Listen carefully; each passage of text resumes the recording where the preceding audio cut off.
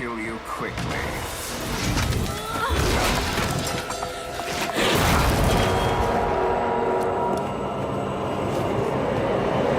You will not live to see the dawn. Thanks. Since when, Wesker? I'm afraid I don't know what you're talking about. Since when have they been slipping you a paycheck? I think you're a bit confused. With Wesker's introduction to Dead by Daylight, it is interesting to see how Ouroboros was altered into an ability for Wesker to use within the trials. Although seeing as most of his superhuman abilities were evoked from him by the entity, this did get me curious about how Wesker could have performed before he created Ouroboros. I, unfortunately, can't provide much information on the creation of Ouroboros, as I am still finishing Resident Evil 5 as I write the script for this video. But thankfully, we won't be needing to discuss Ouroboros much, as the only things it did was gift Wesker with certain abilities. These include the Ouroboros Tentacle, Super Strength, and a much longer lifespan. For those unfamiliar with Resident Evil 5's story, Wesker creates Ouroboros to unleash on the entire world and cause a genetically superior race of humans, meaning those with incompatible genes would suffer a horrible death from Ouroboros. Knowing this, I asked a friend who is a Resident Evil enthusiast why he thinks Ouroboros doesn't kill survivors upon reaching full infection. His thoughts were, if I had to guess, it's because their genetics are compatible with Ouroboros, or the entity prevents them from dying. Remember that it is possible all survivors we play as are legendary survivors in the lore. These survivors are the most capable and have the highest status of all survivors, and they inspire hope and last the longest before getting voided. With Ouroboros out the picture, let's take a look at Wesker's abilities and knowledge at the time of Resident Evil 1.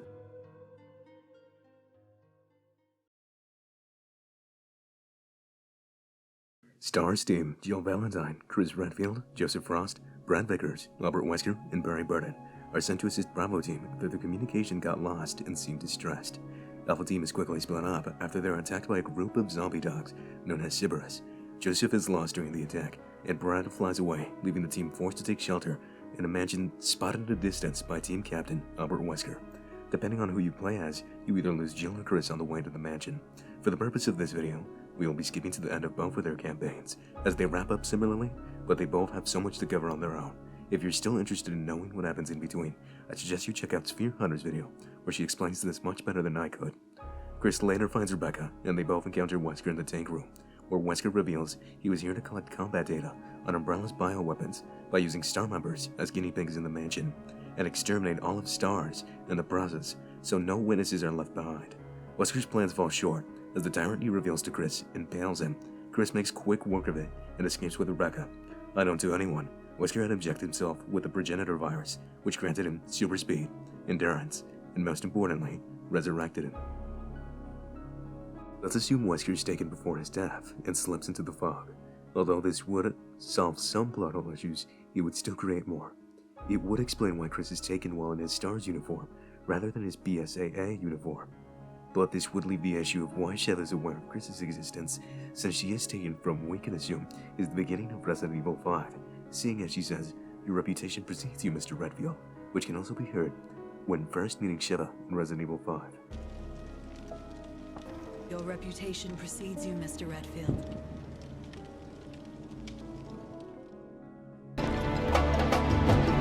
Welcome to Africa.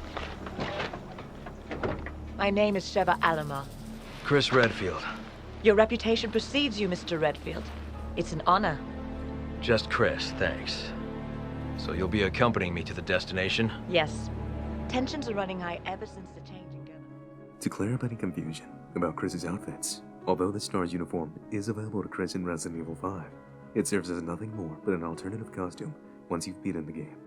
Seeing how Resident Evil 1 Wesker was shown to be able to wall-run in Code Veronica, I would assume his power would feature that ability. But out of curiosity, I asked my friend once again what he thinks Wesker's powers could have been, seeing how he's dug deep into the lore of both Dead by Daylight and Resident Evil. It didn't come up to a surprise to me that he managed to come up with a creative power description that I will now show to you guys. Power, progenitor of evolution.